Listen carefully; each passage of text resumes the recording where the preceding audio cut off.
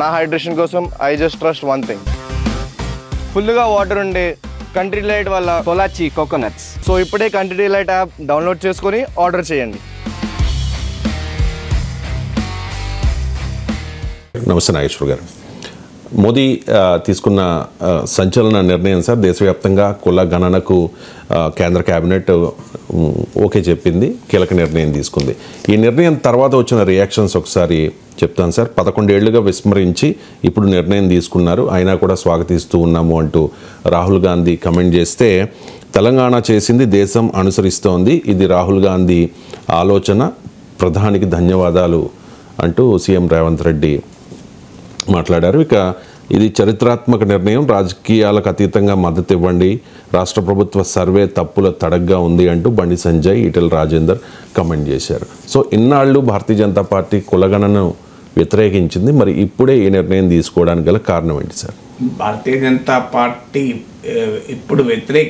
ఇప్పటికీ కూడా నా అనుమానం వ్యతిరేకమే, కానీ రాజకీయంగా ఒత్తిడి రావడం వల్ల అనివార్యంగా తీసుకుంది తప్ప మనస్ఫూర్తిగా కులగణన జరపడానికి బీజేపీ అనుకూలం కాదు. ఎందుకంటే ఒక రాజకీయ పార్టీ వైఖరి మారుతుంది. రాజకీయ పార్టీ, అందులోనూ బీజేపీ లాంటి పార్టీకి ఒక ఐడియాలజికల్ పొజిషన్ ఉంటుంది. ఆర్టికల్ 370 పైన బీజేపీ వైఖరి మారిందా అసలు చరిత్రలో? యూనిఫామ్ సివిల్ కోడ్ మీద మారిందా? సో బీజేపీకి ఉండే ఐడియాలజికల్ పొజిషన్స్లో ఒకటి కులగణనానికి వ్యతిరేకం. ఎందుకంటే బీహార్లో ఎన్డీఏ ముఖ్యమంత్రి నితీష్ కుమార్ అఖిలపక్షాన్ని తీసుకొని మోడీ దగ్గరికి వెళ్ళాడు, కులగణన జరపండి అని. ఆ అఖిలపక్షంలో భారతీయ జనతా పార్టీ కూడా ఉంది, కానీ కేంద్ర ప్రభుత్వం సవాలే లేదు, మేము కులగణన జరపము అని ప్రకటించింది. ఎందుకు జరపము అని అంటే, ఇది గతంలో జరిపినప్పుడు చాలా ఇబ్బందులు వచ్చాయి. డేటా 1 లక్షల వేల కులాలు, ఉపకులాలు, అక్యురసీ ఆఫ్ డేటా ప్రశ్నార్థకంగా మారింది, అందుకొరకు మేము జరపలేము అన్నారు. మరి అప్పుడు ఆ ప్రశ్నార్థకమైన ఇప్పుడు ఎలా అక్యురేట్ అవుతుంది? అందులో రెండవది ఏం చెప్పారు, సెన్సస్ యొక్క ఇంటెగ్రిటీ దెబ్బతింటుంది, జనాభా లెక్కలకు ఉన్న ప్రత్యేకత వేరు, అందువల్ల జనాభా లెక్కల్లో కులం కలిపితే దాని వాల్యూ, దాని శాంక్టిటీ పోతుంది అని వాదించారు. వాస్తవంగా జనాభా లెక్కల్లో ఎస్సీలు ఎస్టీల వివరాలు సేకరిస్తారు, కులం లెక్కలు సేకరించడానికి కాదు, మత లెక్కలు సేకరిస్తారు. కానీ ఒక్క ఓబీసీ లెక్కలు సేకరించాలంటే మాత్రం అభ్యంతరం చెప్పారు. ఆల్రెడీ ఎస్సీ లెక్కలు సేకరిస్తారు, ముస్లిం లెక్కలు సేకరిస్తారు. ఇది రెండవ అభ్యంతరం చెప్పింది. మూడవ అభ్యంతరం ఏమన్నంటే, భారతీయ సమాజాన్ని, హిందూ సమాజాన్ని కులం పేరిట మీరు విభజించదలుచుకున్నారు అని నరేంద్ర మోడీ అనేక ఉపన్యాసాలు చెప్పారు. మీరు జస్ట్ యూట్యూబ్లో Narendra Modi on cost census అని కొట్టండి, వందల వీడియోలు వస్తాయి నరేంద్ర మోడీ మాట్లాడింది. అసలు భారతీయ జాతిని, హిందూ జాతిని నిట్టనిలువన చీల్చదలుచుకున్నారు, ఓట్ బ్యాంక్ రాజకీయాలేవి అన్నది కులం పేరిట భారతీయ సమాజాన్ని, హిందూ సమాజాన్ని ముక్కలు చేయదలుచుకున్నారని ఇన్ని రకాలుగా విమర్శించారు. ఇప్పుడు ప్రభుత్వమే అధికారికంగా కులగణాన్ని ప్రకటించింది, అది కూడా జనాభా లెక్కలతో పాటు ప్రకటించింది. మరి దానికి ఆన్సర్ ఏంటి? ఇప్పుడు భారతీయ సమాజాన్ని కులాల వారీగా ఎవరు చీలుస్తున్నారు, హిందూ సమాజాన్ని ఎవరు చీలుస్తున్నారు? సో ఇలా జనగణనం, కుల జనగణనం, కాస్ట్ సెన్సస్ గురించి ప్రాక్టికల్ ప్రాబ్లమ్స్ అని, ఐడియాలజికల్ ప్రాబ్లమ్స్ అని రకరకాల పేర్లతో అపోజ్ చేశారు. సో ఇది రిజర్వేషన్ల డిమాండ్లు అడ్డగోలుగా ముందుకు వస్తాయి. It impossible for anybody to worry, అంటే దీన్ని ఆపడం ఎవరి తరము కాదు. అనేక కులాల నుంచి అనేక రకాల డిమాండ్లు వస్తాయి. రాజ్యాంగమేమో 50% పరిమితి మించకూడదని అంటున్నారు. బీజేపీ విధానం రిజర్వేషన్లు 50% మించకూడదు అని. సో ఇలా రకరకాల ప్రశ్నలు, అనుమానాలు, క్వశ్చన్స్ కాస్ట్ సెన్సస్ పైన బీజేపీ చెప్తూ వచ్చింది. సడన్గా వన్ ఫైన్ మార్నింగ్ కాస్ట్ సెన్ససే అనుకూలము, మేము జరుపుతామని చెప్పారు. ఎందుకు మరి? సో దీన్ని రాజకీయాలకు వాడుకోవద్దు అన్నారు. భారతదేశంలో రాజకీయాలకు వాడకుండా ఏదైనా ఆగుతుందా? అభివృద్ధి కొరకే వాడాలి, రాజకీయాలకు వాడద్దు అని. సో అందువల్ల ఇప్పుడు మరి ఎందుకు చేయాల్సి వస్తుంది? అసలు ఇది చెప్పే ముందు బీజేపీ ఎందుకు కులగణనానికి సైద్ధాంతికంగా వ్యతిరేకం? బీజేపీ విధానం ఏంటంటే, భారతదేశంలో ప్రజలందరినీ మతం ఆధారంగా ఆర్గనైజ్ చేయాలి, ఇంకా వేరే రకమైన ఐడెంటిటీస్ ఏవి ఉండకూడదు. భారత ప్రజల్లో మెజారిటీ ప్రజలకు ఒకే ఐడెంటిటీ ఉండాలి, హిందూ రిలీజియస్ ఐడెంటిటీ. దాని ఆధారంగా ఓట్లు రావాలి, పొలిటికల్ మొబిలైజేషన్ చేయాలన్నది బీజేపీ విధానం. అందుకే మీరు గమనించండి, బహుభాషా విధానానికి బీజేపీ వ్యతిరేకం. అందుకే హిందీ మాత్రమే ఉండాలి అని హిందీని రుద్దుతూ ఉంటారు. ఫెడరలిజానికి బీజేపీ వ్యతిరేకం, ఎందుకంటే రాష్ట్రాలు బలంగా ఉండకూడదు, కేంద్రం మాత్రమే బలంగా ఉండాలని కోరుకుంటారు. సో అందులో భాగంగానే భారతదేశంలో కులగణన అంటూ జరిపితే హిందూ ఐడెంటిటీ అనేది పోతుంది. అందువల్ల మీరు ఎక్కడైనా చూడండి, మండల్ వర్సెస్ కమండల్ అంటారు, మండల్ వర్సెస్ మందిర్. మండల్ ముందుకు వస్తే మందిర్ వెనక్కిపోతుంది పాలిటిక్స్. మండల్ పాలిటిక్స్ ఎప్పుడు ముందుకు వచ్చినా మందిర్ పాలిటిక్స్ వెనక్కిపోతాయి. అందువల్ల మందిర్ పాలిటిక్స్కు మందిర్ పాలిటిక్స్ అంటే మతపరమైన రాజకీయాలకు ప్రధానమైనటువంటి సవాల్ మీకు మండల్ నుంచి వస్తుంది. అందువల్ల కుల జనగణన జరిపితే ప్రజలు తమ ఐడెంటిటీ, తమ అసర్షన్ మతం ఆధారంగా కాకుండా తమ సామాజిక నేపథ్యం ఆధారంగా ప్రజలు అసర్ట్ చేసుకుంటారు. చూడండి, నేను జనాభాలో ఇంతమంది ఉన్నాం, మేము వెనుకబడి ఉన్నాం, మాకు ఆర్థిక వనరులు అందుబాటులో లేవు, మా సామాజిక గుర్తింపు లేదు, మాకు రాజకీయ అధికారంలో భాగస్వామ్యం లేదు అని ప్రశ్నించడం మొదలు పెడతారు. సో ఈ ప్రశ్నల్ని బీజేపీ అంగీకరించింది. సో అందువల్ల బీజేపీకి సైద్ధాంతికంగా వ్యతిరేకం మీకు. సో అందువల్ల BJP as a principle, as ఐడియాలజికల్గానే కుల జనగణన అంగీకరించింది. మరి ఇప్పుడు ఎందుకు అంగీకరించాల్సి వచ్చింది అంటే, ఇది ఒక రకంగా బీజేపీకి పొలిటికల్ ఛాలెంజ్గా మారింది. 2024 ఎలక్షన్స్లో బీజేపీ బలం 303 నుంచి 240కి పడిపోవడం, అందులో మరీ ముఖ్యంగా ఉత్తరప్రదేశ్లో 29 సీట్లు తగ్గడం, దీనికి వన్ ఆఫ్ ద మెయిన్ రీజన్స్లో క్యాస్ట్ అండ్ సెన్సస్ కమిషన్. ఎందుకంటే కాంగ్రెస్ పార్టీ ఇండియా కూటమి బలంగా కౌంటర్ చేస్తుంది. మీకు ఏంటి ప్రాబ్లము కుల జనగణనాన్ని చేయటానికి? పోనీ కొత్తగా చేస్తున్నారంటే ఆల్రెడీ ఎస్సీ ఎస్టీలు లెక్క పెడుతున్నారు. మతం ఆధారంగా మైనార్టీలు, ముస్లింలు ఎంతమంది, క్రైస్తవులు ఎంతమంది, హిందువులు ఎంతమంది లెక్క పెడుతున్నారు. మరి ఎస్సీ కులాలు లెక్క పెట్టినప్పుడు లేని కులతత్వము బీసీ లేదా ఇతర కులాలు లెక్క పెట్టినప్పుడు వస్తుందా? దీనివల్ల సమాజంలో, అందులో సెన్సెస్తో నిర్వహించినప్పుడు లాభం ఏంటి అంటే, సమాజంలో ఏ వర్గానికి ఆర్థిక పరిస్థితి ఎలా ఉంది, ఏ వర్గానికి విద్యా పరిస్థితి ఎలా ఉంది, ఈ విషయాలు బయటికి రావద్దు అనుకునే వాళ్ళు కాస్ట్ సెన్సస్ వ్యతిరేకిస్తారు. అంటే ఆర్థిక వనరుల్లో, ఆస్తుల్లో, ఆదాయాల్లో, సంపదల్లో, అసెట్స్లో క్లియర్గా కాస్ట్ బేస్డ్ ఇన్ఈక్వాలిటీస్ ఇప్పటికీ మన దేశంలో ఉన్నాయి. భూమి ఉన్నవాడెవడు, భూమి లేనివాడెవడు, ఆస్తి ఉన్నవారెవరు, ఆస్తి లేనివారెవరు, ఇల్లు ఉన్నవాడెవరు, ఇల్లు లేనివారెవరు, ఇవి తెలియదు బయటికి. ఇవి తెలియదు అనుకునే వాళ్ళు కాస్ట్ సెన్సస్ వ్యతిరేకిస్తారు.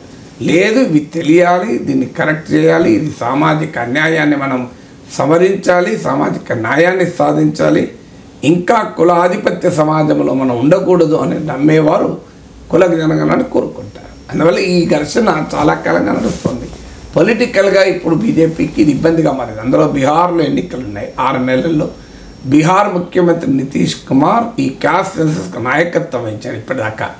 సో తమ మిత్రపక్షమైన ఎన్డీఏలో భాగస్వామైన నితీష్ కుమారే కాస్ట్ సెన్సస్కు లీడర్. ఇప్పుడు తర్వాత ఉత్తరప్రదేశ్ ఎలక్షన్స్ ఉన్నాయి. ఉత్తరప్రదేశ్లో సమాజ్వాదీ పార్టీ దీని ఒక ప్రధాన అస్త్రంగా బీజేపీని అటాక్ చేస్తుంది. తెలంగాణలో నెక్స్ట్ మేమే అధికారంలోకి వస్తామని బీజేపీ అంటుంది. ఇక్కడ తెలంగాణ ప్రభుత్వం ఆల్రెడీ కాస్ట్ సర్వే జరిపింది. ఇక్కడ మన డిఫరెన్స్ అర్థం కావాల్సిందంటే, రాష్ట్రాలు జరిగితే కాస్ట్ సర్వే అంటారు. ఎందుకంటే సెన్సస్ యాక్ట్ ప్రకారము, భారత రాజ్యాంగం ప్రకారము సెన్సస్ అనేది కేంద్ర జాబితాలో ఉంటుంది. అందువల్ల జనాభా లెక్కల్ని రాష్ట్రాలు చేయలేవు. రాష్ట్రాలు ఏం చేసినా సర్వేలే. మీరు 100% సర్వే చేసినా సర్వే కిందికి వస్తుంది తప్ప సెన్సస్ కిందికి రాదు. అందువల్ల తెలంగాణ, కర్ణాటక లాంటి కాంగ్రెస్ పాలిత రాష్ట్రాలు, తమిళనాడు లాంటి ఇండియా కూటమిలో భాగస్వామైన రాష్ట్రాలు ఇప్పటికే కుల జననాన్ని జరిపాయి. బీహార్లో కూడా నితీష్ కుమార్ జరిపాడు.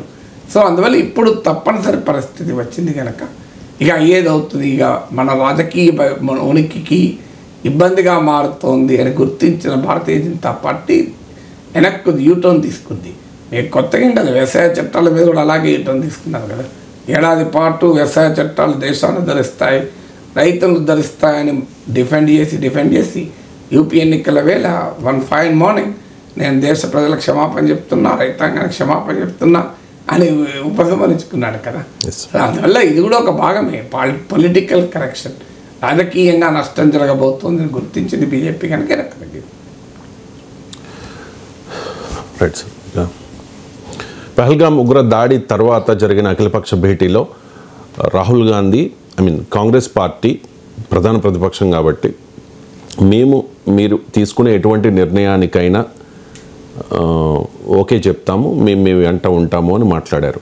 దాదాపు పహల్గాం దాడి జరిగిపోయి 10 రోజులు దాటింది సార్.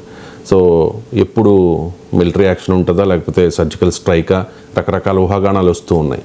ఈ నేపథ్యంలో రాహుల్ గాంధీ నిన్న మోదీని ఒకటి క్వశ్చన్ చేశారు సార్. ఎందుకు లేట్ చేస్తూ ఉన్నారు, ఎందుకు మీనమేషాలు లెక్కిస్తూ ఉన్నారు ఉగ్రవాదులపై చర్య తీసుకోవడానికి అని చెప్పేసి. ఒకసారి రాహుల్ బైట్ ప్లే చేయండి. Killed in cold blood. Okay? It is pretty clear who is responsible for this. The people who are responsible for this must pay a price. The Prime Minister has to take action, right? And the action has to be clear and it has to be strong, without any confusion. The Prime Minister must not dilly-dally, must not waste time, must make it very clear that India is not going to tolerate this type of nonsense. So he needs to act. That's what I'm saying. He can act in whatever time frame he thinks necessary, but he has to act soon. I think you heard what I said. Yeah, shukriya. I think you heard what I said. I said, let me speak. I'm not advocating anything. I'm being very clear. The people who've done this need to pay a price. Okay? And the Prime Minister has to act on it now, firmly. He should not dilly-dally. He should not be in a confused state. dilly-dally late చేస్తున్నారు అంటున్నారు. కానీ ఢిల్లీలో మళ్ళీ రాహుల్ గాంధీ అంటున్నాడు, ఈ can act his own time frame అంటున్నాడు. ఆయన సమయాన్ని తీసుకోవాలి, కానీ త్వరగా చర్యలు తీసుకోవాలి. ఢిల్లీ జాలి చేయకూడదు, కన్ఫ్యూజ్ స్టేట్లో ఉండకూడదని, ఆలస్యం చేయకూడదని. ఇక్కడ ఆలస్యం చేశారు. ఇప్పుడు మనకు అర్థం కావాల్సింది అంటే ఇదేమి ఇంటి పక్కన వచ్చి పోయి కొట్టి రావడం కాదు కదా. అనేక ఫ్యాక్టర్స్ని పరిగణలోకి తీసుకొని వాటి కాన్సిక్వెన్సెస్ ఏంటి అని అంచనా వేసుకొని ప్రతి యాక్షన్కు రియాక్షన్ ఉంటుంది. అది పాకిస్తాన్ నుంచి ఉంటుంది, బయట నుంచి ఉంటుంది. సో ఇవన్నీ తీసుకొని చేయాలి కదా. అపోజిషన్ నుండి మాట్లాడడం చాలా ఈజీ. ప్రభుత్వంలో ఉండి చేయాలనుకుంటే చిన్న పొరపాటు జరిగినా మళ్ళీ ప్రభుత్వాన్ని అకౌంటబుల్ చేస్తారు కదా. ప్రజలు అకౌంట్ చేస్తారు, రాజకీయ పార్టీలు అకౌంటబుల్ చేస్తాయి కదా. ఇలా ఏదైనా పొరపాటున మిస్అడ్వెంచర్ జరిగిందనుకోండి, మిస్కాలిక్యులేషన్ జరిగిందనుకోండి, మళ్ళీ was to pay the price గవర్నమెంటే కదా. అందువల్ల ప్రతిపక్షంలో ఉన్న వాళ్ళు ఏమైనా అడుగుతారు, ఏముంది ఏమైనా మాట్లాడతారు. అధికారంలో ఉన్న వాళ్ళు అన్ని రకాల డైమెన్షన్స్ను పరిగణలోకి తీసుకొని చేయాలి. ఈ 10 డేస్లో ఎక్కడ ఆలస్యమైంది? Already cabinet committee on security 2-3 సార్లు మీట్ అయింది. Cabinet committee on political affairs meet అయింది. ప్రైమ్ మినిస్టర్ నేషనల్ సెక్యూరిటీ అడ్వైజర్తోనూ, త్రివిధ దళాధిపతులతోనూ, చీఫ్ ఆఫ్ డిఫెన్స్ స్టాఫ్తోనూ కూడా మీట్ అయ్యారు. వారికి ఫ్రీ హ్యాండ్ ఇచ్చారు. ఏ సమయంలో, ఏ టార్గెట్ పైన, ఏ రూపంలో అటాక్ చేయాలన్నది మిలిటరీకి అప్పచెప్పారు. ఇంకా డిలే ఎక్కడిది అంటే ఇదేమన్నా స్విచ్ చేస్తే వెంటనే వెలగడము, స్విచ్ ఆఫ్ చేస్తే ఉంటుంది కదా. సో నాకు గుర్తున్నంత వరకు బాలకోట్ స్ట్రైక్స్ కూడా ఫ్లో మొదలతో 12 days ఏమో తీసుకున్నారు. ఇది రోజుల్లో లెక్క పెట్టడం, గంటల్లో లెక్క పెట్టడం కాదు. ఎస్, రాహుల్ గాంధీ అన్నట్లు త్వరలో సూన్ తీసుకోవాలని నిజం. ఎప్పుడో 6 నెలలు, 7 ఏడాది తర్వాత రియాక్ట్ అయితే ఉపయోగమే ఉండదు కదా. కానీ we cannot calculate in terms of hours and days. అది కరెక్ట్ కాదు. ఎందుకంటే ఇవన్నీ స్ట్రాటజిక్ డిసిషన్స్, రక్షణపరమైన వ్యూహాత్మక నిర్ణయాలు. ఈ నిర్ణయాలు తీసుకునేటప్పుడు ఎక్కడా పొరపాటు జరగకూడదు. అందువల్ల ప్రతిపక్షాలు క్వశ్చన్స్ రైజ్ చేయొచ్చు, డెఫినెట్గా రైజ్ చేయొచ్చు. నేను చాలాసార్లు మాట్లాడుతూ వచ్చాను, 4000 మంది పర్యాటకులు ఉన్నప్పుడు 4 జవాన్లు ఎందుకు లేరు? ఇప్పుడు ఇన్ని రోజులైనా ఆ తీవ్రవాదులను ఎందుకు పట్టుకోలేకపోయాం? వాళ్ళు ఎక్కడికి పోయారు? ఎందుకంటే వాళ్ళని పట్టుకుంటే మనకు అడ్వాంటేజ్. ఎందుకంటే వాళ్ళ జాతీయత బయటపడుతుంది. ఇప్పుడు అజ్మల్ కసాబ్ ఒక్కడు బతుకున్నాడు కనుక వాడిని మనం పట్టుకున్నాం, వాడు పాకిస్తాన్ ఆరిజిన్ బయటపడింది. ఇప్పుడు పాకిస్తాన్ మాకు సంబంధం లేదని కహానీలు చెప్తుంది.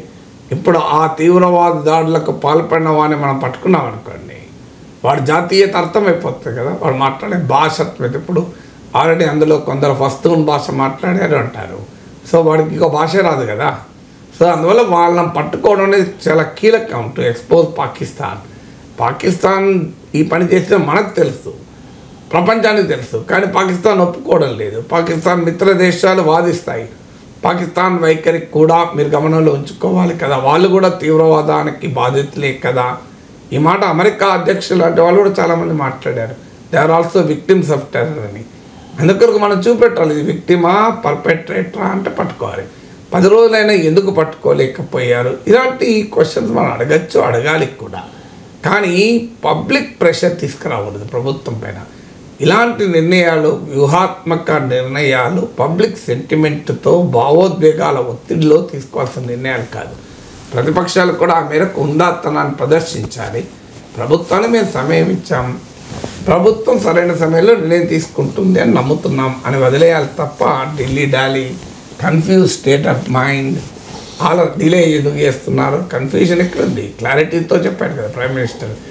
తీవ్రవాదులు, వారికి వెనకాల ఉన్న కుట్రదారులు భూమి అంచుల్లో ఎక్కడున్నా వాడిని పట్టుకుంటా శిక్షిస్తాం. ఇంతకన్నా క్లారిటీ కావాలి. రాహుల్ గాంధీకి ఎందుకు కన్ఫ్యూజన్ కనబడదో మోడీ స్టేట్మెంట్లో నాకు అర్థం కాలే. అయితే మరి రాహుల్ గాంధీ ఇలా ఎందుకు మాట్లాడాల్సి వస్తుంది? దానికి ఒక రీజన్ ఉంది. ఇలా ఎందుకు మాట్లాడాల్సిందంటే కాంపిటేటివ్ ప్యాట్రియాటిజం.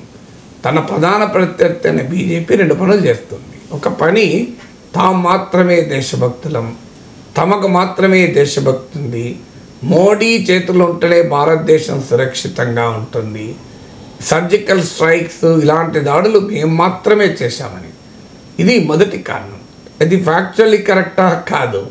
ఇలా బంగ్లాదేశ్ విమోచన ఎలా స్టార్ట్ అయింది? పాకిస్తాన్ 2 ముక్కలై బంగ్లాదేశ్గా ఏర్పడినప్పుడు బీజేపీ అధికారంలో ఉందా? కాంగ్రెస్ పార్టీ కదా అధికారంలో ఉంది. ఇందిరాగాంధీ కదా ప్రైమ్ మినిస్టర్. ఇందిరాగాంధీని ఆనాడు జనసంఘ్ నాయకుడైన వాజ్పేయి దుర్గామాతతో పోల్చాడు కదా. మరి దుర్గామాతతో జనసంఘే పోల్చింది, వాజ్పేయి పోల్చాడు ఇందిరాగాంధీని. అంతకుముందు 1965 వార్లో వాళ్ళు పాకిస్తాన్ అవమానానికి గురైంది. అప్పుడు ఎవరున్నారు అధికారంలో? అందువల్ల ఇది కాంగ్రెస్ అధికారంలో ఉన్నారా, బీజేపీ అధికారంలో ఉన్నారా అనే చీప్ పాలిటిక్స్ మంచిది కాదు. దేశం అధికారం, దేశం అనేది ముఖ్యం తప్ప పార్టీలు, క్రెడిట్లు ఇందులో కూడా మేము పెన్షన్ 4,000 ఇచ్చాము, మీరు 3,000 ఇచ్చారు, మేము 2,000 ఇచ్చామన్న స్థాయికి దీన్ని దిగజార్చకూడదు. అందువల్ల బీజేపీ ఏంటంటే తాము మాత్రమే అటాక్, సర్జికల్ స్ట్రైక్ ఉంది, మేము మాత్రమే అటాక్ చేసి అంతకుముందు చేశాడు అని చాలామంది మిలిటరీ ఎక్స్పర్ట్ చేశారు. అంతకుముందు చాలాసార్లు బార్డర్ దాటి ఇండియన్ ఆర్మీ అటాక్ చేసింది. 2011లో చేసింది, 2013లో చేసింది. అప్పుడు ప్రభుత్వం ఇది డిఫెన్స్ సంబంధించింది, దీన్ని పబ్లిసిటీ ఇచ్చుకోవద్దు అన్నది. ఇప్పుడు ఏంటంటే సర్జికల్ స్ట్రైక్ ముందు ప్రెస్ కాన్ఫరెన్స్ పెడతారు, తర్వాత పెడతారు, అవసరమైతే మీడియాను తీసుకెళ్ళి సర్జికల్ స్ట్రైక్ చేస్తారు. సో ఈ నరేంద్ర మోడీ ఏ పని చేసినా టీవీ కెమెరాలు ఉండకుండా ఉండవు కదా. ఆయన టెంపుల్లోకి వెళ్ళినా టీవీ కెమెరాలు ఉంటాయి, ఆయన పుణ్యస్నానానికి వెళ్ళినా టీవీ కెమెరాలు ఉంటాయి, ఆయన తల్లి పాదాలకు కాళ్ళు కడిగినా టీవీ కెమెరాలు ఉంటాయి. So that is the Modi style. Right or wrong తర్వాత కదా, డెమోక్రసీలో publicity is not a crime కదా. సో అందువల్ల మీకు మోడీ ప్రభుత్వం సర్జికల్ స్ట్రైక్ విపరీతంగా ప్రచారం ఇచ్చుకుంది. అంతకుముందు ప్రభుత్వాలు ఈ ప్రచారాన్ని ఇవ్వలేదు. ఇక్కడ వాళ్ళు దాన్ని ఇది దేశ రక్షణకు సంబంధించినవి కనుక దీన్ని మనం రాజకీయాలకు వాడుకోవద్దు అని అనుకున్నారు. నేరం కాదు కదా. అందువల్ల భారతీయ జనతా పార్టీ అనుసరిస్తున్న వైఖరి వల్ల రాహుల్ గాంధీ ఇలా మాట్లాడాల్సి వస్తుంది. కాంపిటేటివ్ ప్యాట్రియాటిజం పోనీ అదొక డైమెన్షన్. తామే దేశభక్తులం అని చెప్పుకోవచ్చు, ఎవరి ఇష్టం వారు, అభ్యంతరం లేదు. కానీ ప్రతి ఒక్కరిని శీల పరీక్ష పెట్టడం, ప్రతి ఒక్కరిని అగ్ని పరీక్ష, మీరు కూడా అగ్నిలో దూకి మీ పవిత్రత నిరూపించుకోవాలి. ఇది ఎక్కడ పంచాయతీ? దేశం ఇప్పుడు పవన్ కళ్యాణ్ లాంటి వాళ్ళు బీజేపీకి అనుబంధంగా ఉన్నవారే ఏం మాట్లాడుతున్నారు? కాంగ్రెస్ వాళ్ళందరూ పాకిస్తాన్ పోండి. దేశంలో ఒక ప్రధాన రాజకీయ పార్టీని పాకిస్తాన్ పొమ్మంటారా? ఏ పార్టీ అది? తన అన్న చిరంజీవి ప్రధారాజాన్ని తీసుకెళ్ళి కలిపిన పార్టీ కదా. ఆ పార్టీని పాకిస్తాన్కి వెళ్ళమంటాడు. చిరంజీవి కూడా పోవాల్సి వస్తుంది అప్పుడు. ఇప్పుడంటే లీడర్లు కొన్ని కాంగ్రెస్లో ఉన్నాడు లేదో తెలియదు. సో ఏం మాట్లాడుతున్నారు? ఒక రాజకీయ పార్టీని మీరు విమర్శించండి, అభ్యంతరం లేదు. కానీ కాంగ్రెస్ పార్టీ వాళ్ళంతా పాకిస్తాన్కి వెళ్ళాలి. పాకిస్తాన్కి సపోర్ట్ చేసే పార్టీలో ప్రజారాజ్యాన్ని ఎందుకు విలీనం చేశారు? మరి అంత దుర్మార్గమైన పార్టీ అయితే. అందువల్ల ఇలా ప్రతి పార్టీనే కాదు, ప్రతిపక్ష రాజకీయ పార్టీ కాదు, నాయకులనే కాదు. రాహుల్ గాంధీ ఎన్నిసార్లు అంటారు ఫారిన్ ఏజెంట్ అని బీజేపీ. నాగేశ్వర్ లాంటి కూడా విశ్లేషిస్తే చాలు, వీడు చైనేశ్వర్, వీడు పాకిస్తాన్ ఏజెంట్ అంటే రోజు మేము మా భారతదేశం పట్ల మాకున్న దేశభక్తిని, భారత జాతీయత పట్ల మాకున్న విధేయతను మేము నిరూపించుకోవాలి. మాకేం కర్మ పట్టిందండి? Do we need a certificate? Narendra Modi certificate తీసుకోవాలి. This is to certify that K Nageshwar is patriotic అని. ఆ సర్టిఫికేట్ కూడా మళ్ళీ ఒక్కసారి తీసుకుని సరిపోదు, ఎవ్రీ 3 నెలలకు ఒకసారి తీసుకోవాలి. ఎవ్రీ 3 నెలలకు మోడీ దగ్గర అప్లై చేసి ఓ టెస్ట్ పెడతాడు, టెస్ట్ పెడితే ఆ టెస్ట్లో నెగ్గి మేము దేశభక్తులమే అని రాహుల్ గాంధీ నుంచి నాగేశ్వరరావు తీసుకోవాలి. ఇది ఎక్కడ పంచాయతీ అండి? ఇది భారతీయులు అవమానించడం కదా. భారతీయుల్ని కోట్లాది మంది ఎందుకు పీల్చుకొని అంటారు? 140 కోట్ల మందిలో అందరూ దేశభక్తులు కాదు. దేశభక్తులకు ఎట్లా టెస్ట్ పెట్టండి మీరు, ఎలా తెలుస్తుంది? లేదా బ్రెయిన్ మ్యాపింగ్ చేస్తారా? ఎట్లా వెళ్తుంది దేశ మ్యాపింగ్? దాన్ని అంటారు చూడండి, క్రిమినల్స్ జరుపుతారు చూడండి, బ్రెయిన్ మ్యాపింగ్ చేస్తారు చూడండి, పాలిగ్రామ్ టెస్ట్. అలాంటి టెస్ట్లు జరుపుతారా? మరి దేశభక్తులు ఎట్లా తెలుస్తుంది మీకు? సో ఇలా ప్రతి ఒక్కరి దేశభక్తి అంటే ఒక భారత పార్లమెంట్లో ప్రధాన ప్రతిపక్ష నేత నుంచి మొదలుకొని మీడియాలో విశ్లేషించే వ్యక్తి వరకు ప్రశ్నించిన ప్రతి ఒక్కరిని దేశద్రోహి అంటుంటే ఏం చేయాలి రాహుల్ గాంధీ? అందుకే రాహుల్ గాంధీ మాట్లాడాల్సి వస్తుంది. ఢిల్లీ డార్లింగ్ ఏంటి, ఈ కన్ఫ్యూజ్ స్టేట్ ఆఫ్ మైండ్ ఏంటి, ఆలోచన ఎందుకు చేస్తున్నారు? Complete patriotism. చూడు, నీకన్నా నేనే ఎక్కువ దేశభక్తుని, చూడు నేనే నీకన్నా ఎక్కువ పాకిస్తాన్ అటాక్ చేయమంటున్నా అని కౌంటర్ అటాక్ మొదలుపెట్టారు వాళ్ళు. ఎందుకు పెట్టాల్సి వచ్చిందంటే కారణం అది పెట్టడం. అందుకే నేను నా విశ్లేషణ మీరు గమనించండి, రాహుల్ గాంధీ చేసిన వ్యాఖ్యలు తప్పని ముందు విశ్లేషించారు. కానీ ఆ తప్పుడు వ్యాఖ్యలు ఎందుకు వస్తున్నాయి? భారతీయ జనతా పార్టీ అనుసరించే రాజకీయ వ్యూహం వల్ల వస్తుంది. Right sir. ఇప్పుడు భారత్ పాక్ల మధ్య ఉన్న ఉద్రిక్త పరిస్థితులు చూస్తూ ఉంటే మిలిటరీ ఘర్షణ అనివార్యం అనిపిస్తోంది. సో సైన్యానికి మోదీ ఫ్రీ హ్యాండ్ ఇచ్చేశారు, ఏ క్షణమైన మిలిటరీ యాక్షన్ ఉండొచ్చనే వార్తలు వస్తూ ఉన్నాయి. At the same time Pakistan కూడా చెప్తోంది సార్, మాకు ఆల్రెడీ ఇన్ఫర్మేషన్ ఉంది, భారత్ మా మీద ఎప్పుడైనా దాడికి దిగవచ్చు, కాబట్టి మేము కూడా సంసిద్ధంగా ఉన్నాము అని చెప్పి.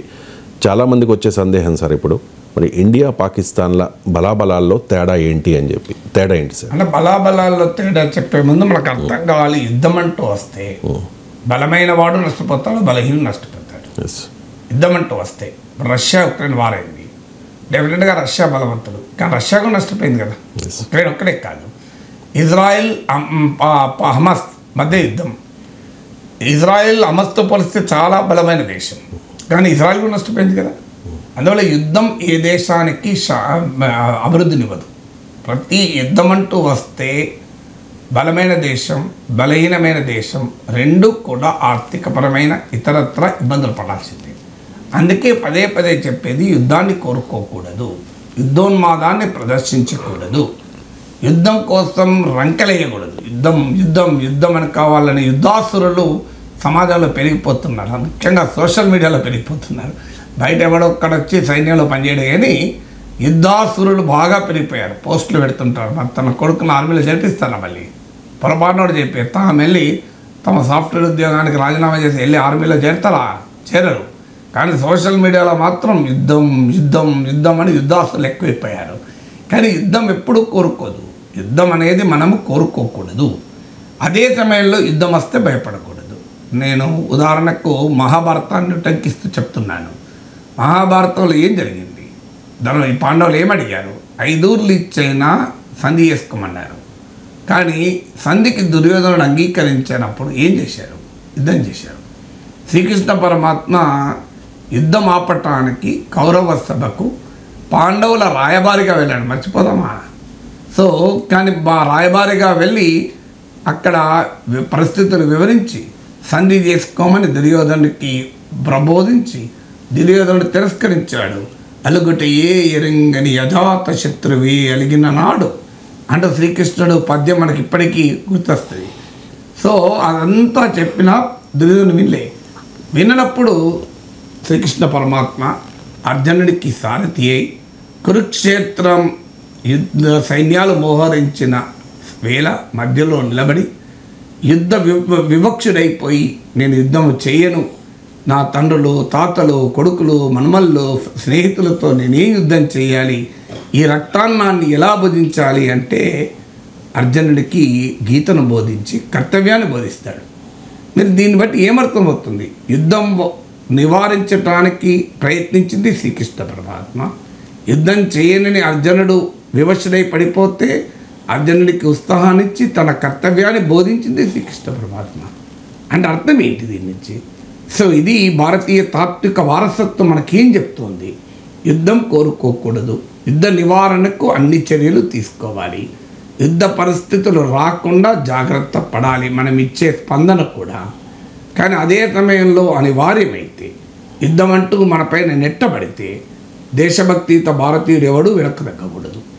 ఇది ప్రాతిపదికగా ఉండాలి. ఇకపోతే యుద్ధంలో బలాబలాలేంటి అనుకున్నప్పుడు ఏ రకంగా చూసినా ఇండియా కన్వెన్షనల్ వార్ఫేర్లో పాకిస్తాన్ కన్నా చాలా బలమే. ఎక్కువ ఉదాహరణకు రక్షణ వ్యయమే తీసుకుందాం.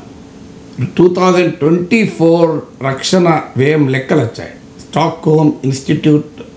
Stockholm international piece research institute, SIPRI అంటారు.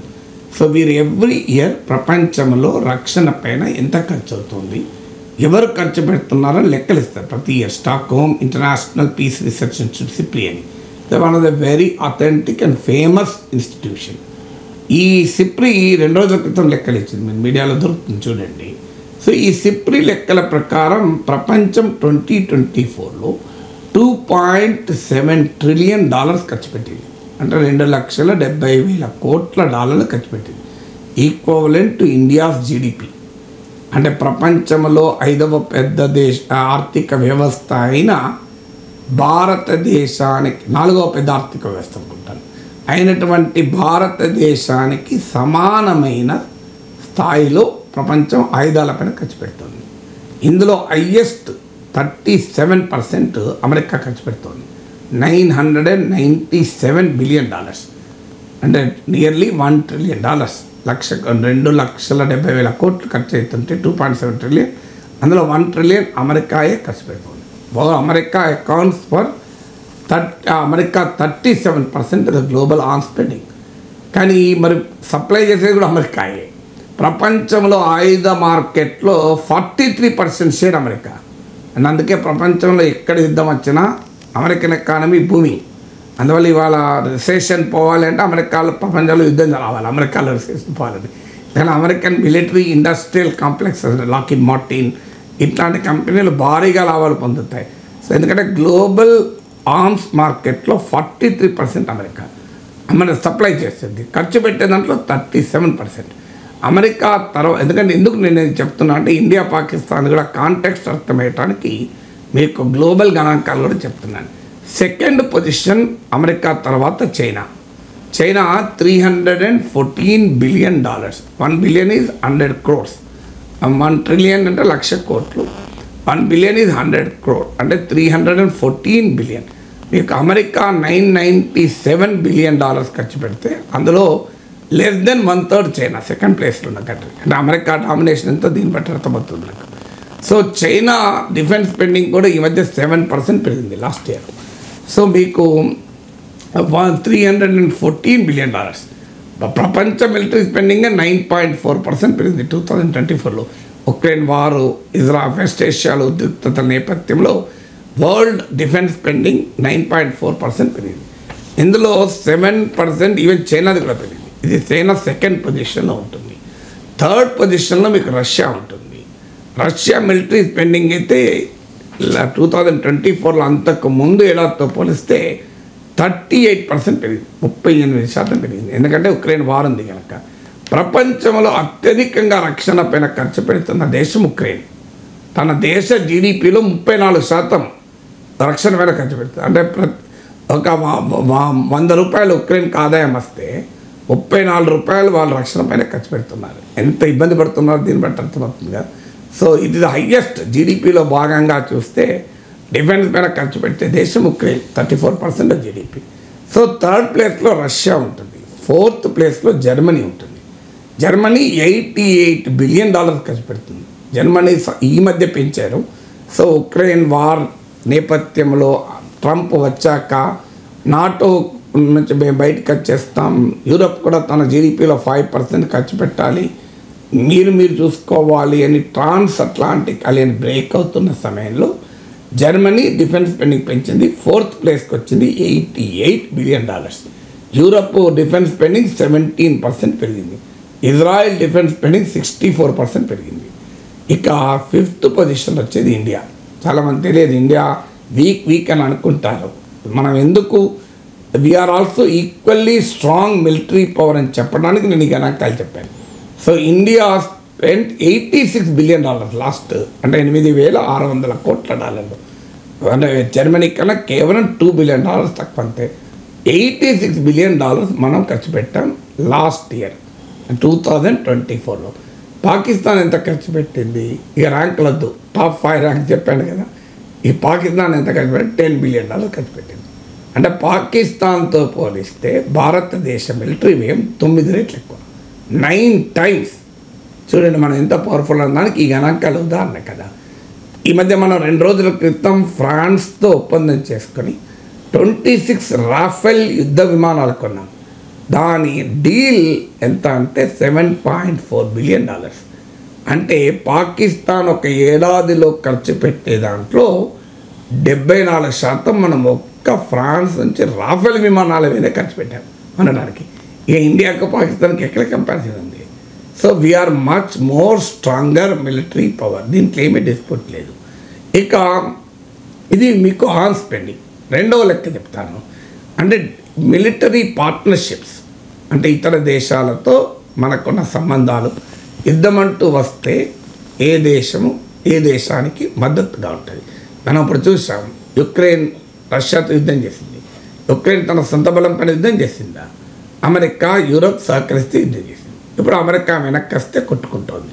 రష్యాకు మద్దతుగా Belarus, China, Iran, north Korea వీళ్ళు వచ్చారు. నార్త్ కొరియా సోల్జర్స్ అయితే 10,000 మంది సోల్జర్స్ యుక్రెయిన్ బ్యాటిల్ ఫీల్డ్లో కురుస్క్ ప్రాంతంలో మీకు రష్యా మద్దతుగా పోరాడారు కూడా. సో ఇరానియన్ వాళ్ళు డ్రోన్లు ఇవన్నీ ఇచ్చారు. సో ఇక ఉక్రెయిన్కు అమెరికా అండ్ వెస్ట్ ఇచ్చారు. ఈ నాటో మొత్తం ఉక్రెయిన్కి మద్దతుగా ఇచ్చింది. అందువల్ల ఎనీ బలాబలాలు లెక్కించేటప్పుడు మనం లెక్క పెట్టుకోవాల్సిన దాంట్లో సొంత బలాలే కాదు, ఎవరి వైపు ఎవరు ఉంటారో అనేది కూడా లెక్కలు తీసుకోవాలి.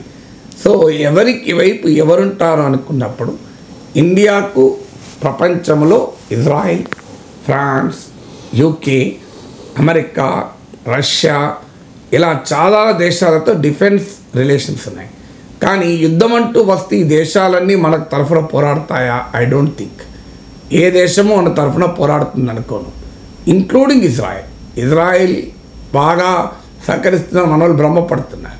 ఎందుకు అంటే అది జరగదు. ఎందుకు జరగదు అంటే Israel is an American ally, Pakistan is an American ally. America అనుకూలంగా ఉంటేనే ఇజ్రాయెల్ సపోర్ట్ చేస్తుంది. ఇతరత్ర మిలిటరీ సేల్స్ ఉండొచ్చు, ఇంటెలిజెన్స్ షేరింగ్ ఉండొచ్చు, కానీ ప్రత్యక్షంగా మనతో వచ్చి పోరాడవు. ఇప్పుడు ఉక్రెయిన్తో ప్రత్యక్షంగా యూరోప్ బలగాలు పోరాడాయా? అమెరికన్ బలగాలు పోరాడాయా? అమెరికా యూరోప్ ఆయుధాలు ఇచ్చి డీప్ ఇన్సైడ్ రష్యా అటాక్ చేయవద్దని చెప్పింది. ఉక్రెయిన్ గగనతలాన్ని మీకు నో ఫ్లై జోన్గా ప్రకటించమంటే అమెరికా అంగీకరించలే, యూరోప్ అంగీకరించలే. ఉక్రెయిన్కి అర్థమవుతుంది కదా. అందువల్ల భారతదేశానికి ప్రపంచంలో చాలా దేశాలతో బ్రహ్మాండమైన రిలేషన్స్ ఉన్నా రేపు ఈ మిలిటరీ ఘర్షణలో మనతో వచ్చి భుజం కలిపి ఎవరు పోరాడరు. ఇక పాకిస్తాన్తో ఎవరు పోరాడతారు అన్నది. పాకిస్తాన్కు అమెరికా ఒక గట్టి మిత్రదేశం మిలిటరీగా. ఎందుకంటే పాకిస్తాన్ ఏర్పడినప్పుడు ఇండియా ఏర్పడింది. ఇండియాలోమో నాన్ అలైన్డ్ కంట్రీ, అలీన దేశమైంది. పాకిస్తాన్ అమెరికా నాయకత్వంలోని central treaty organisation, SEATO south east Asia treaty organisation, ఇందులో పాకిస్తాన్ మెంబర్ అయింది. పాకిస్తాన్ ఇది అమెరికాకు non NATO ally, biggest client. మనము కొంటాం అమెరికా నుంచి, మనకన్నా ఎక్కువ కొంటుంది పాకిస్తాన్.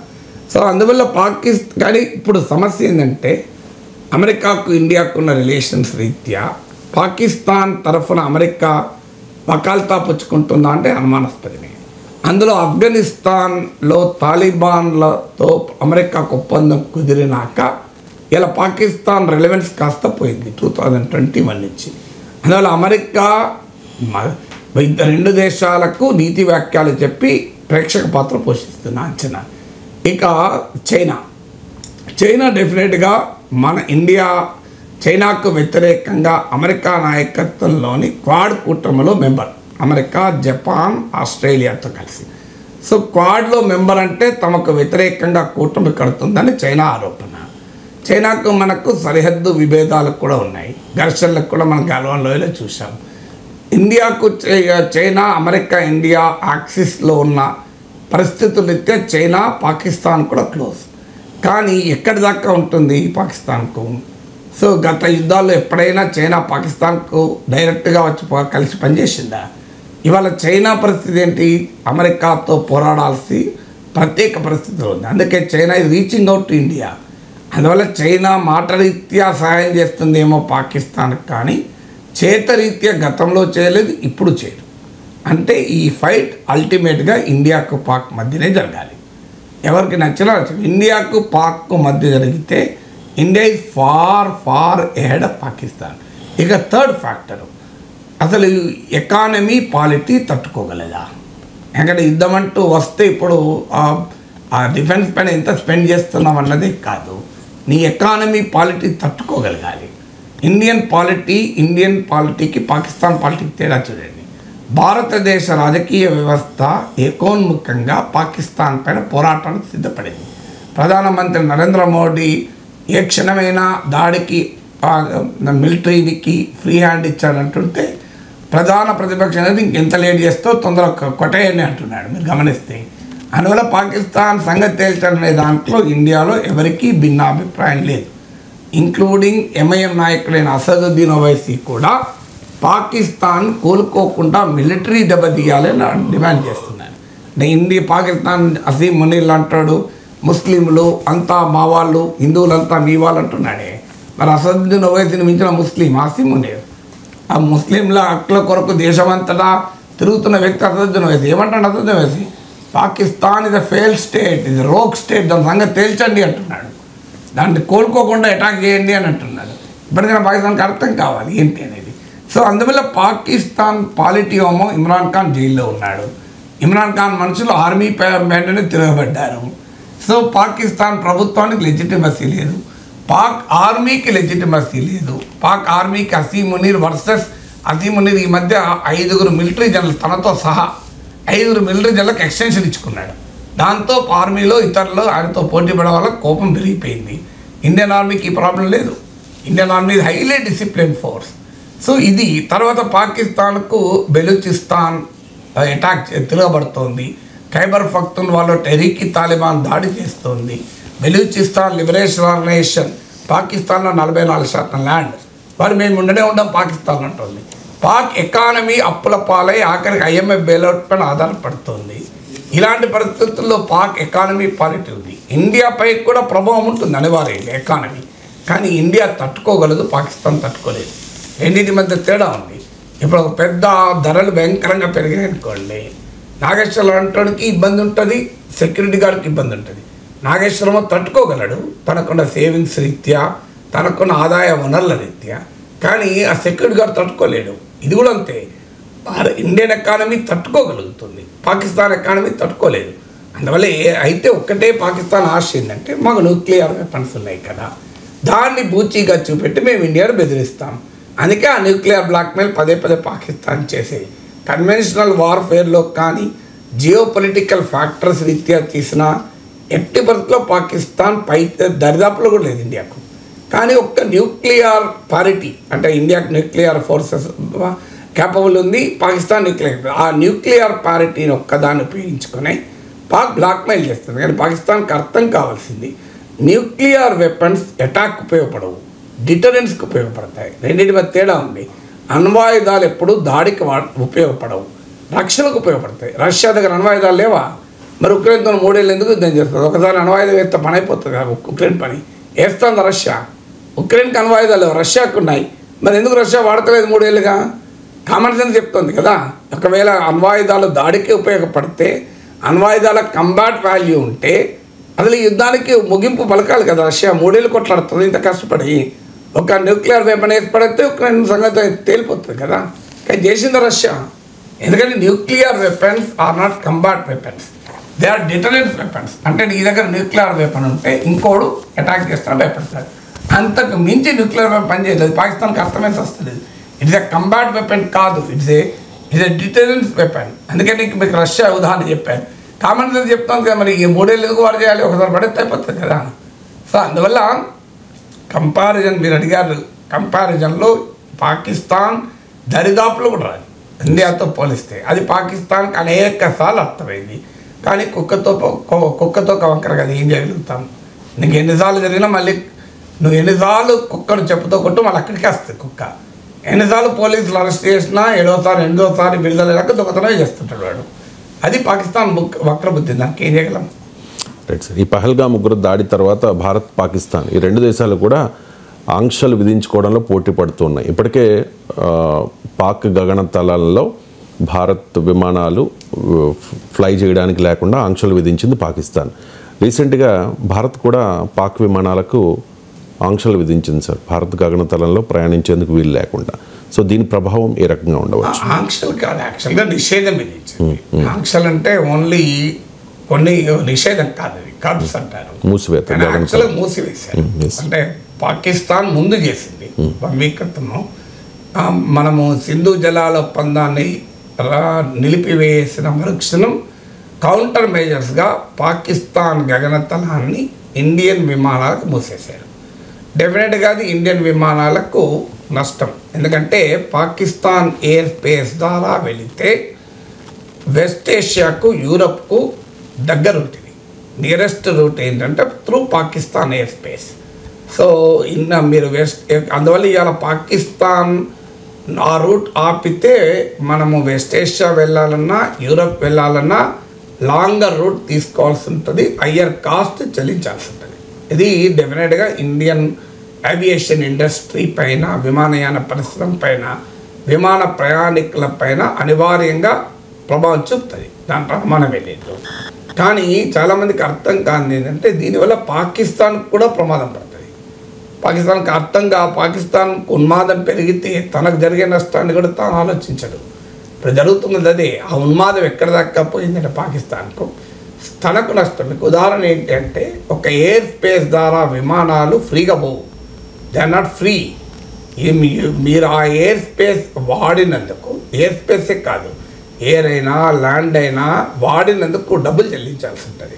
ఇప్పుడు ఆఫ్ఘనిస్తాన్ నుంచి మనకు పాకిస్తాన్ మీదుగా డ్రై ఫ్రూట్స్ రవాణా అవుతాయి.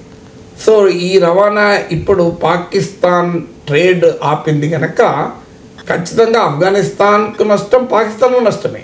ఎందుకంటే డ్రై ఫ్రూట్ పాకిస్తాన్ ద్వారా రవాణా అయినప్పుడు పాకిస్తాన్ కూడా డబ్బులు చెల్లిస్తాం మనం. కానీ పాకిస్తాన్ ఉన్మాదం ఏంటంటే మాకు నష్టమైనా మంచిదే, మేము ఇలాగే బిహేవ్ చేస్తామని. అందుకే ఇప్పుడు ఉదాహరణకు Turkmenistan, Afghanistan, Pakistan, India gas pipeline TAPI అని ప్రతిపాదించాం.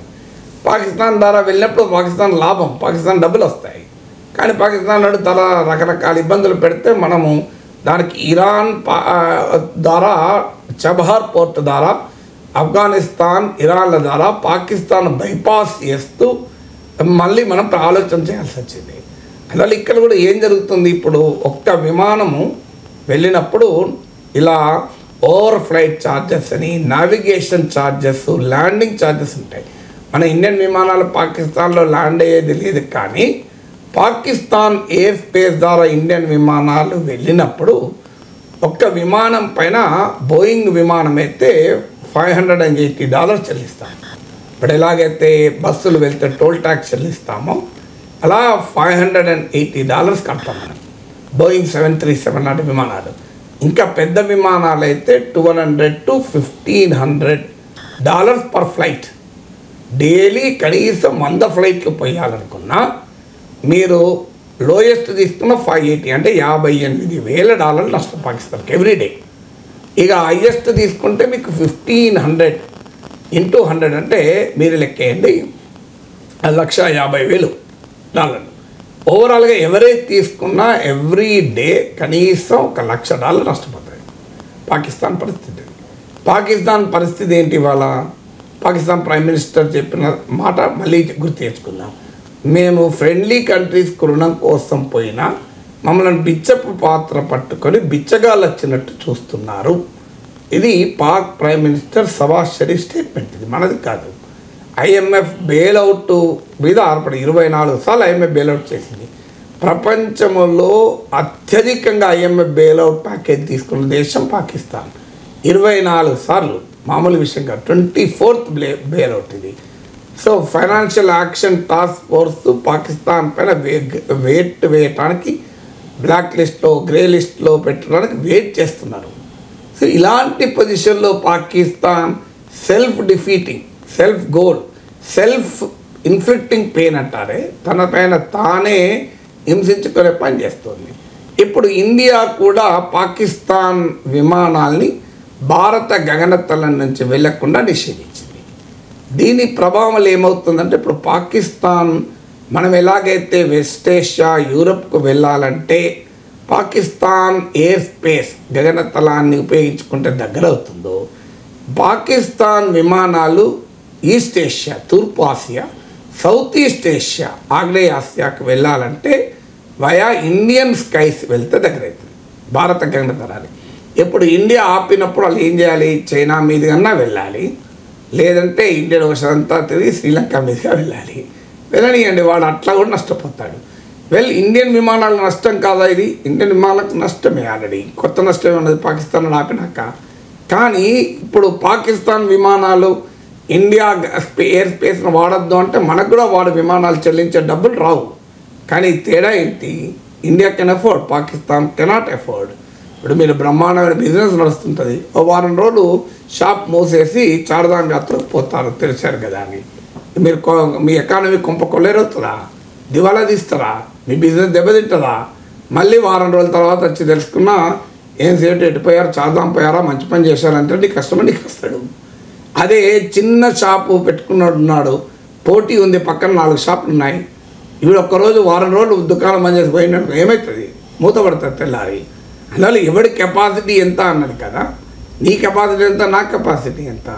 సో 30,000 ఐటీ జాబ్ వచ్చిన వాడు రిట్రెంచ్ అయితే, బెంచ్ మీద రిట్రెంచ్ అయ్యి లే ఆఫ్ అయితే ఒక ఏడాది పాటు బతకడం కష్టం.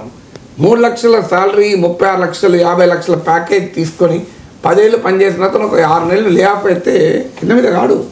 ప్రశాంతంగా ఆ టైంలో ఏమైనా తీర్థయాత్రలకు, విహారయాత్రలకు వెళ్ళొస్తాడు, ఫ్యామిలీతో గడుపుతాడు, కాస్త అప్డేట్ చేసుకుంటాడు. అందువల్ల ఇది కూడా అంతే, ఇండియాకు పాకిస్తాన్కి ఎఫెక్ట్ ఈ దెబ్బలు ఒకరి మీద ఒకరు ప్రయోగించుకుంటున్నాయి. కానీ India can afford, Pakistan cannot afford, అది తేడా. Right sir, thank you so much sir.